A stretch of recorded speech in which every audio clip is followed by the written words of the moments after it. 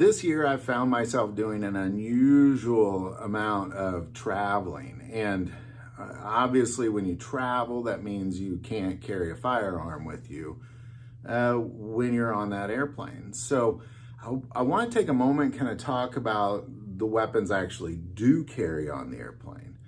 I've carried these every single time I've traveled, and I've spent time international as well. Like at no point did anybody question these, except for once somebody did question them.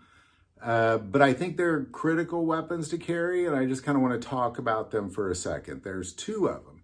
Now a third I accidentally carried, but they just didn't catch it, but it was an accident. I won't talk about that one.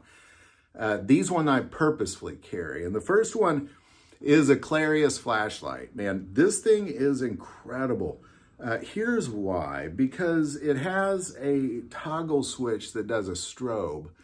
And the strobe is very significant because one, no matter what the situation is, you take that person's eyes out of the equation, at least when they look at you. The other is it throws their balance off significantly. It throws off their depth perception significantly. Even if it's just a hand-to-hand combat situation, strobe in their eyes definitely gives you the advantage. Huge advantage in the situation.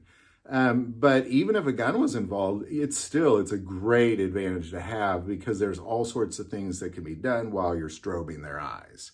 Now, the other thing I carry is this atomic bear pen. Now, this is a great pen because, one, it's a pen. It's an okay pen, but it is a pen.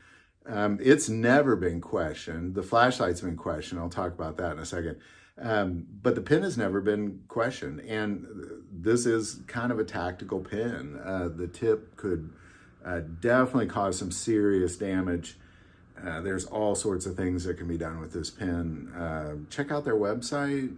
It's pretty interesting. It comes with some instructions on how to use it.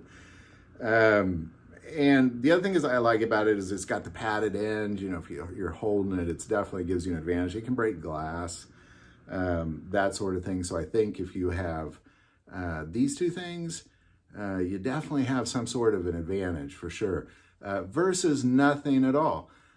This is definitely better than nothing. And that's usually what most people get on the airplane with, is nothing. Now, the flashlight only was questioned once when it was actually packed in my carry-on. They thought it was a taser. So now I just throw it in the bucket, essentially. I take it out. Now I carry it in my pocket. Usually I just happen to have it there at the time, but I carry it in my pocket and I throw it in the bucket when I'm going through there. That way they can stare at it. They don't have to say, whose bag is this?